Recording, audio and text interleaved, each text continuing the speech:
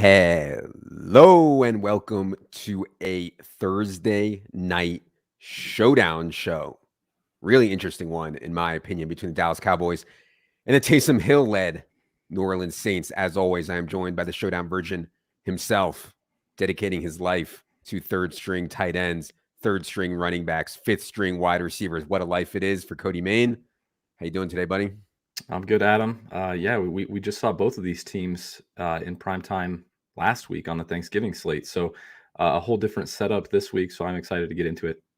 Yeah, I the reason I said it's a really interesting slate, I think, because the Saints have a ton of moving parts. Changing quarterbacks from a drop back passer to what we expect to be a lot of rushing. Also, Alvin Kamara is not playing. Mark Ingram is, and then on the other side, it's a mess because Cedric Wilson is out. Amari Cooper is going to be limited allegedly. Zeke was going to be limited allegedly, and now that's been backtracked by Ed Werder and says he's going to play his normal role now. Lot to chew on here, and I think most of these showdown slates aren't really news or it's more game theory than news or projection based stuff. And in this one, I feel like people can miss a lot of stuff that's going on with these teams. Are you following what I'm saying? Yeah, definitely. I think that as far as the Saints side, I think the field and the public is mostly going to be there on the Taysom and the Mark Ingram stuff that we'll get into, obviously, with Alvin Kamara out, with Taysom taking over at quarterback. We know his rushing upside, but I think most likely the field's going to be there on that stuff. I will be curious to see how much they adjust to the news that we got on Amari Cooper, and even something that might seem small on a main slate with Cedric Wilson out, how that elevates Noah Brown a little bit. And even Malik Turner, who's way down the depth chart, is questionable with an illness. I'm not sure if he'll be in or not, but like we could see meaningful playing time for some of these really cheap Dallas guys, and even in 2 tight end sets, stuff like that. These cheap guys will mix in as we really want to pay up for the studs tonight. So on the fringes, I'm not convinced that the field's going to adjust enough, and I think that's kind of a nice edge, as you mentioned, on tonight's slate. Yeah, I'm actually interested in playing tonight because I do see edges in understanding what's going on with these teams more than just the game theory bro stuff. Speaking of game theory bro stuff, let's talk about construction for tonight. Oh wow, you slipped a tweet. You slipped a tweet in here. I've never seen that before. What made you slip a tweet in here? So I really just need to pump up the followers. I mean, it's embarrassing out here.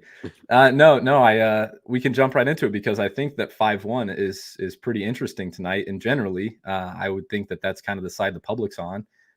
The Cowboys side has been steamed. I think they're up to 6-point favorites now. Obviously, not too many people are getting excited about these fringe Saints players. We're not projecting a whole lot of play volume. We're not projecting them to be very efficient in the pass game. No one's excited about RB1 Mark Ingram. But, I think 5-1 is going to be pretty underutilized tonight, just based off the simple fact that the prices on these Saints guys are so nice. You get a $9,800 Taysom Hill, you get a $5,000, true workhorse in Mark Ingram. Even some of these, tight end and wide receiver 2 and 3 on the Saints are just really, really cheap. So I think we're going to see a lot of 3-3 and even a lot of 2-4 as people just pick and choose their 1 or 2 favorite Cowboys to jam in with some of these cheap Saints guys. So I slipped the tweet in there just to kind of explain my thought process on how I'm thinking through these 5-1 lineups, because I don't think it's going to be utilized as much as it should tonight.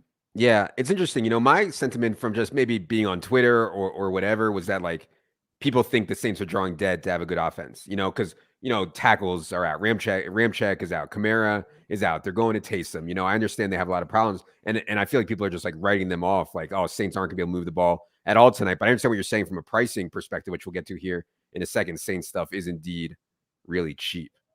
Start at quarterback. And obviously the question is going to be Taysom Hill. We took Taysom actually over pass yards and props, and you would have thought that we told people like we were telling them to kill their mother. Like nobody wanted to take the Taysom over in pass yards. When Taysom was the starter last year, he threw the ball really well. Outside of that one Kendall Hinton game when Kendall Hinton started for the Broncos, Taysom Hill threw the ball reasonably well. Now he had Alvin Kamara, he had Michael Thomas. Now he has just total dust everywhere. And to me, that's the biggest concern on Taysom. It's not can Taysom throw. I think Taysom can throw better than people think. He's not that much worse than Trevor Siemian as a thrower. I think the concern is that the skill around him is so bad. But with Taysom, unlike Siemian, you get this outrageous rushing floor. And when they get around the goal line, assuming they do get around the goal line, there's going to be so much for Taysom. So I'm starting Taysom in a bunch of season long. I'm optimistic about Taysom tonight. I wish that he had better weapons, but not everything can be perfect. What do you think about Taysom and Taysom captains tonight? Yeah, I think we're looking for tail outcomes here, right? And I think that there's cases to be made on both sides. I think Taysom in this offense could really lay an egg tonight and fail and likely not even score 7 points. But I think most of the time they're going to be in, between that 17 and 24 range in terms of total points. And I think that Taysom's going to be a big part of that. As you mentioned, outside of that Denver game where he threw for like 75 pass yards, he was really good last year as a passer. Obviously, the weapons were better, but completed 72% of his passes. But the big storyline, obviously, is what he does with his legs. As a starter in those 4 games last year, he handled around 30% of the team's rushing attempts, even saw more red zone attempts and carries inside the 5-yard line than Alvin Kamara during those 4 games last year. So I am going to have some Taysom captain lineups, and normally I would suggest pairing him with at least one wide receiver, one pass catcher, but I'm not even going to do that tonight, just given the possibility that he rushes 2 in and adds 80 yards in the ground. And like some of these wide receivers or tight ends don't force their way in with him. And at 9,800, you really don't need that, that true massive outlier performance from him to be the optimal captain. Now, if he's, 12,000, like we're looking at Dak, then yes, but I think you can get there in a variety of ways with Taysom, and I will certainly have some Taysom captain exposure as well.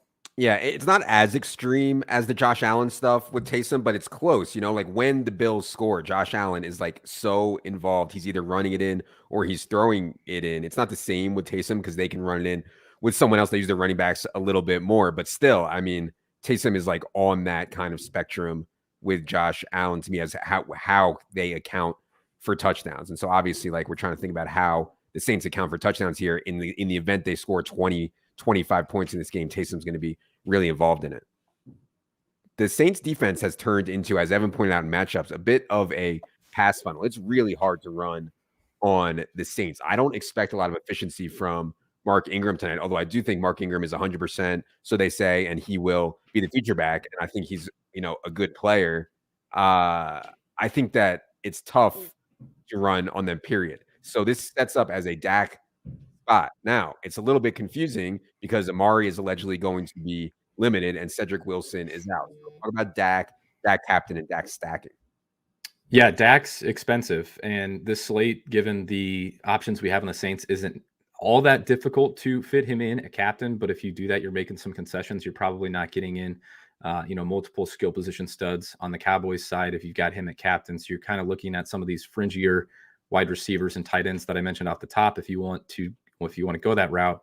But it is tough to run on the Saints. They've got Football Outsiders top rated rush DVOA. They're allowing 3.2 yards per carry.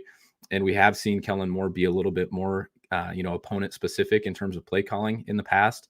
So I do think that if he's going to lean that way tonight, that he would lean pass heavy, and that does set up well for Dak. I think if you're going to downgrade, which we have slightly in projections, Cooper's outlook, I think you kind of have to boost Gallup and you have to boost Noah Brown, and there might even be some more opportunities for 2 tight end sets with guys that we would never consider on a main slate, guys that are preseason type players, but like Sean McKeon could do enough to get there at a cheap price tag. So in my Dak captain lineups, I will be sure to pair him with one of Gallup, Cooper, or I guess Schultz fits in that group, or CeeDee Lamb, obviously, and then probably looking to rotate through one of those lesser owned guys. And I'd even include Pollard in there, just given the pass game usage that he has. But yeah, Dak captain, I think at the price tag, you're looking for to pair him with at least 2 Cowboys pass catchers. If he's going to get there at that ridiculous price tag, he's going to carry multiple Cowboys with him. Yeah, I was going to bring up Pollard too, and we didn't make Pollard over receiving yards an official bet in props, but I talked about it with Mark on the prop show earlier today. By the way, this is my second YouTube show of the day. Shout out to me. But earlier on the YouTube props show, I did say that I thought Pollard over receiving yards was good. And as we move to running back, I think that there is a lot of reason to believe that Zeke will be limited tonight. And I know he practiced in full. I know that they said he's going to be fine. I know Ed Werder backtracked the report. Zeke's been worse than Pollard. Zeke has undoubtedly been banged up. Like, undoubtedly he's not healthy. And this is a really tough spot for the Cowboys to run anyways. I mean, I think that the projection is like almost identical, right? And this is median, but like going from like ceiling projection, like, I don't know, man. Like, I think Pollard has like at least 50% of the time, if not more, outscore Zeke tonight. And you compare Pollard with Dak because I think Pollard plays so well in the pass game, can make explosive plays there. So as we move to running back, Cody, I'm tempted to go for a full fade on Zeke. I'm not sure what the field is thinking. There's been so much like rhetoric around Zeke, but like I would be tempted if I was running 150 to even try to go for a full fade on Zeke. Hope there is limitation. Hope there is, in-game injury or whatever may have you. Not even injury, just like not playing well and hobbles off, like kind of what we saw with Aaron Jones. Aaron Jones was active on Sunday, but like AJ Dillon outplayed him, and AJ Dillon played like the entire second half, and that would not shock me tonight at all. So what do you think about all that Cowboy stuff? I know it's a little bit messy at the running back position.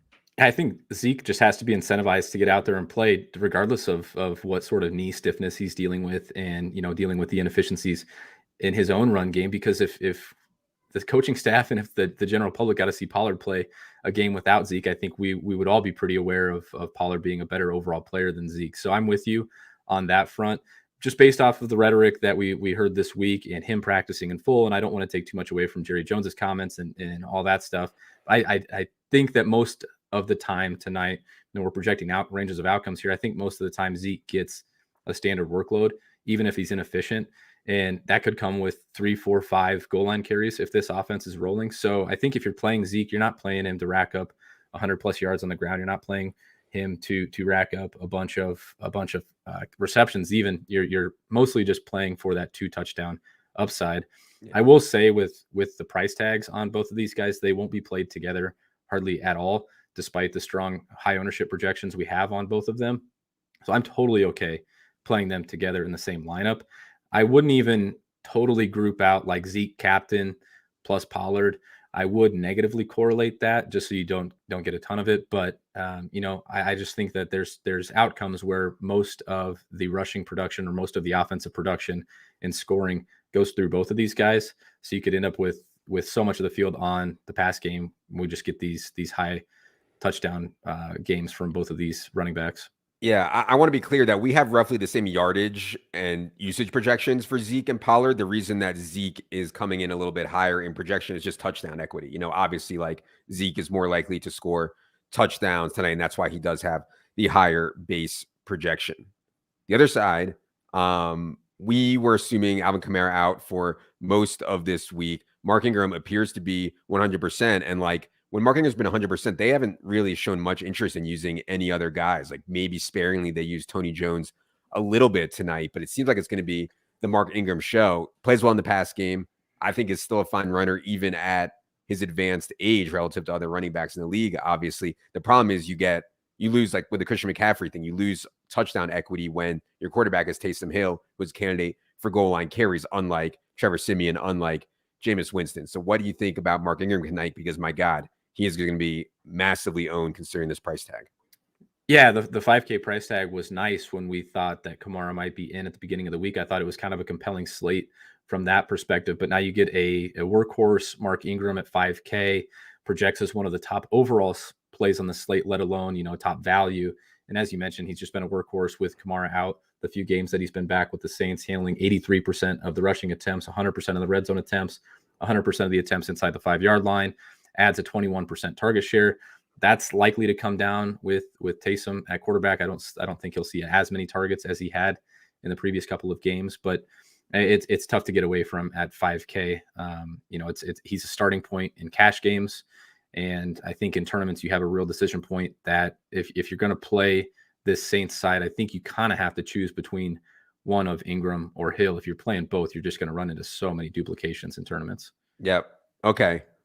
Wide receiver position. Let's start on the Cowboys side. So we did reduce Amari Cooper's projection based on the reports that he's not 100%. Amari Cooper coming off of COVID, coming off of some other illness. I don't know exactly what's going on with him. You could see him maybe not having the wind that he would normally have here to play an entire game. Complicating things for Dallas is Cedric Wilson is out. And so, in theory, it means more Gallup. They don't ever seem to really like rely on Michael Gallup as like a load-bearing wideout, like throw him the ball 10 or 12 times. But this is an okay spot for it. He'll see more of Marshawn Lattimore than CeeDee Lamb will in the slot. And that's kind of a big point of differentiation between Noah Brown and Cedric Wilson. Cedric Wilson was more in the slot. Noah Brown was more inside.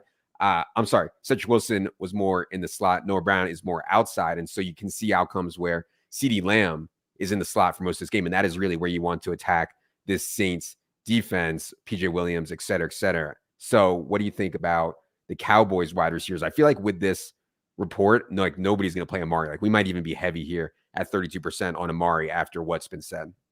Yeah, I mean, that's kind of the leveling that we have to do right now because CD sets up as such a great play playing out of the slot against the Saints' weak slot coverage. But when you're looking at ownership, I think that could even get steamed. CD could pull a little bit of ownership away from Zeke with people kind of shying away from that. So I think we do get into the situation where Amari or Gallup, one of these guys, if projections aren't updating across the industry enough, one of these guys is going to be too low owned given the wide range of outcomes that they have. And even if Cooper is limited like we expect, it's not outside of his range of outcomes to come down with a couple of long passes and get in the end zone once or twice. So I'm not entirely shying away from Cooper. If you're running MME sets and you want to get some, you're probably going to have to boost that projection because a 12-point projection at an $8,600 price tag, he's just not going to find his way into too many lineups. But I think the Noah Brown thing is kind of a big deal with Cedric Wilson out. We know that CD is going to operate a majority of the time in the slot, whether it's Noah Brown, Amari Cooper, or Gallup opposite of him. So, I think in terms of a guy that I'm most comfortable eating the high ownership on and the high captain ownership on from the skill position, it would be Lamb.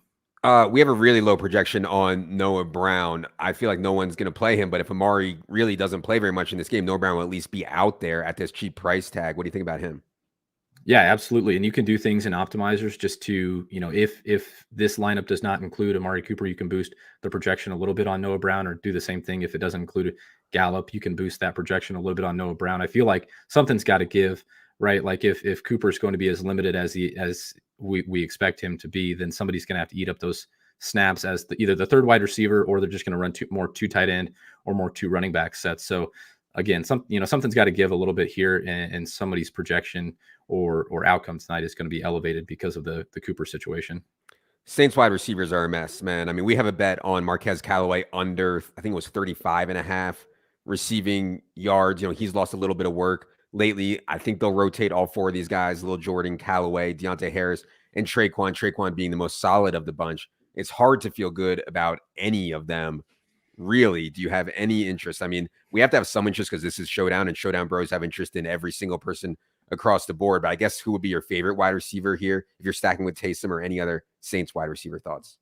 Yeah, that's the thing. It's really ugly here, and it's funny that you mentioned the under bet on Callaway because he's probably my favorite of the group. The $6,400 price tag is really going to keep people off of him. Mm-hmm. And talking about maybe being even a little high on ownership projection, a $6,400 Callaway at what do we have, 12% ownership?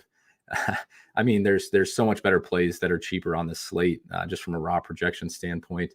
And he is running, higher ADOT routes. He's getting targeted more downfield. So if we want to take a kind of this YOLO shot and just be willing to accept those air balls on players like Callaway, if he gets behind this defense, it could only take one or two plays for him to pay off. And I know the Cowboys secondary's given up a bunch of big plays this season already. So he would be my kind of GPP bro play of the night. But as you mentioned, I think Traquan is the steadiest of the bunch. If you're looking for, if you need to play one of these guys in a cash game, I think he would be my favorite. The Harris play scares me a little bit. I know he's the cheapest of the group, but he's really been thriving off just absurd targets per route run rate. Mm-hmm. And I don't know how sustainable that is. I don't know how good he is as an NFL player. So he isn't playing all that much, but he is getting targeted when he's out there. So you can take that one of two ways. If the playing time increases, he could see more targets, but if it falls off, or if the targets per route run drop even a little bit back to league average, then he could really plummet. Yeah, I just want to make a point on props versus DFS. So it's totally different. Just because we have an under on Marquez Callaway does not mean that we shouldn't be playing Marquez Callaway in DFS. One of the reasons that Marquez Callaway bet was an under is because of the median mean stuff Cody was talking about. He runs routes so far down the field, he's unlikely to connect on a 60-yard bomb with Taysom Hill. But when he does, he breaks the slate. When we're betting props, obviously we want all these left tail stuff in our favor. And so all the left tail stuff is in favor of unders on Marquez Callaway. There's also pricing dynamics like Cody talked about here with the 6,400 in DFS we don't have to worry about in props. So there's a lot more going on here. I would really hate for people to kind of convolute them. Somebody's saying no Tony Jones tonight. Yeah, Mark just confirmed that in Slack. So I don't know who the backup would be at this Is point it now. Dwayne Washington or Oh yeah, timeout? probably Dwayne Washington, and we get more third down timeout like we did last week. Yeah, probably. Yeah. Okay. We'll update those projections for you guys. They will be up shortly. We'll do a refresh here. We have more bets on Saints tight ends. So you know, we have a bet on Nick Vannett under 8.5 receiving yards. Nick Vannett only ran 5 routes last game. Juwan Johnson ran 18. And so I think, Nick Vannett is like a big ass dude who's like a blocker. And so can he catch a ball from Taysom on his 5, 6, 7, 8 routes? He can. I think most likely though, Nick Vannett airballs tonight is like the most likely outcome, and Juwan Johnson is the pass catcher, and we haven't bet on over. Juwan Johnson, I believe, was 9.5 yards. He is kind of the athletic, the move, the F tight end for them. And so I think Juwan Johnson is, his target projection is like 2 or something, but like it's at least like in the range. I feel like it's not in the range for Nick Vannett, but maybe the Showdown Bros are on it because Vannett, is a big dude who could catch a touchdown in theory. So, and all this is on top of Adam Troutman, of course, being out for the year. But anyways, go ahead on Saints tight ends, and then you can move right into Dallas tight ends. Yeah, and of course, Vannett is the one to score last week. As we all kind of thought Juwan Johnson was the play. He's a 6'4" converted wide receiver, kind of a at least more of an athletic freak than whatever Nick Vannett has at this point in his career. I think Juwan Johnson's certainly in play. Again, I don't think you're going to see much ownership, if anything at all, on these cheap guys, just because it's really not necessary. I think the one concern, if you're like punting it off with these guys, is that given the tackle situation, they do play more Vannett, and they just don't send him out in routes, and they play more Garrett Griffin just to block on this slate. So I think that's one point of concern for Juwan Johnson. But as you mentioned, played on 43.1% of snaps and ran around on 56.3% of dropbacks last week. So if I am going to this range, it is going to be Juwan Johnson. And then, as I've kind of alluded to on the Dallas side, I think he caught a touchdown last week as well. But Sean McKeon as one of these stone punts on DraftKings, if you're trying to fit in those DAC captains and you're trying to pair them with Lamb and with some of these higher end guys, certainly very thin, certainly likely to airball, but a guy that can really differentiate lineups at low ownership, and someone I would sprinkle in even in 20 max. Certainly in MME, I will have my fair share of Sean McKeon. And then Dalton Schultz, 7,600. If you just want to jam in a couple of these kind of mid-tier guys with Dak as well, I think that's totally fine, and just kind of get away from that upper end of Lamb and Zeke. If you want to just look towards that, Michael Gallup, Dalton Schultz, Tony Pollard range, and just play a couple of those guys, I think that's certainly viable too. Okay. Yeah, I'd say on Schultz that like we had some unders on Schultz when all the receivers were healthy. Now that they're not, we're actually showing like slight overs on Dalton Schultz. We didn't actually bet it, but we are showing a little bit of overs on Schultz. And so I think there's just more upside for Schultz here than there is when all the wide receivers are. Okay. Let's go to defense and kicker, my favorite subject here. Everybody wants to know every week, Cody, is this a slate where the kicker and the defense is going to be in the optimal? Because I saw you got it shoved down your throat when the Patriots defense / special teams became the optimal captain in that slate. I guess, what was it? I don't even remember when it was. 2 weeks ago, I think it was. Yeah. Thursday night. Thursday night, 2 weeks ago. So yeah, what are we talking with kicker and defense here? Well, you guys talk about this on, the Friday show all the time, that people are just way too confident in their ability to project defensive performance. And the same thing happens on Showdown. People are way too confident in projecting defensive performances. And when defenses are going to be owned is when you should get away from them in Showdown specifically. I don't think we're going to see much ownership on either defense tonight, certainly not on the Saints. But part of the reason why I posted that little tweet thread with the Cowboys 5-1 onslaught stuff was because when we get these 5-1 onslaughts in the top 1% of lineups and in kind of these winning lineups, then defenses are paired with those quite frequently.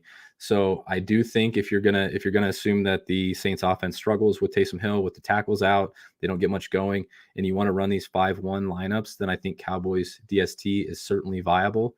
And similarly on kickers, there's not a whole lot in that cheap value range outside of somebody like Mark Ingram. So if you want to run kickers as a fade of Mark Ingram, or if you're just looking for cheap value, I think the kickers present better than some of the options that they're priced around. So I will have exposure to at least the kickers and the Cowboys defense. I don't know if I can talk myself into the Saints defense tonight against Dak.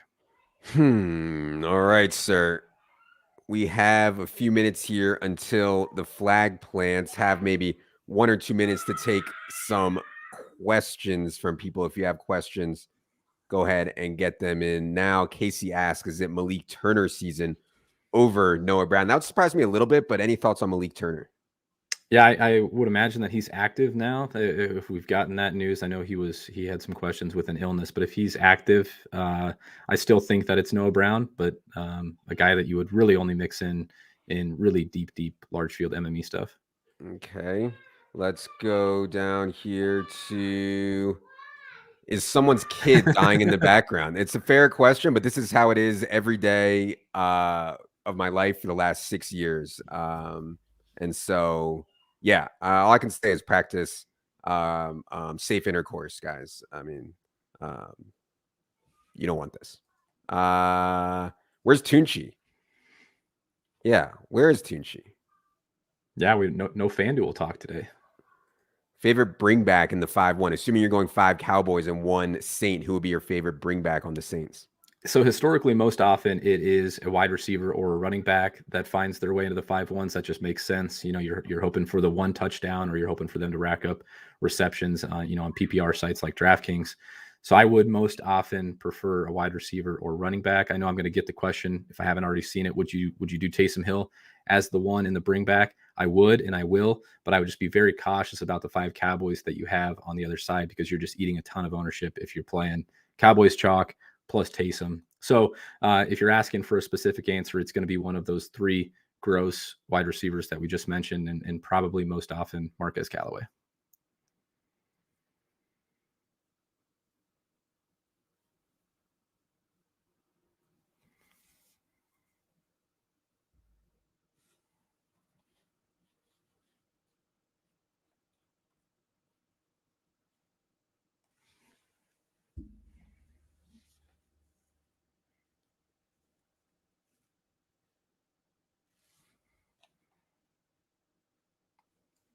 I'm muted. That was on you. I was hoping that wasn't me. We've had audio issues here before. In fact, we've gotten an entire view of my house before because of tech issues. So the point that I was making is that I understand Taysom is too cheap. I understand Mark Ingram is too cheap. Beyond that, though, I'm not sure anybody else is going to think that any Saints are too cheap. And therefore, I think we'll see very few Saints onslaughts. Like a true GPP bro is probably wants to play some Saints onslaughts. I don't know. What do you think? Yeah, I think they're especially more viable in small fields. I do think that although they might not look like on the surface good values, some of these really cheap guys are going to force their way into lineups. Even these 4 and 5K wide receivers just present as better, at least point per dollar values.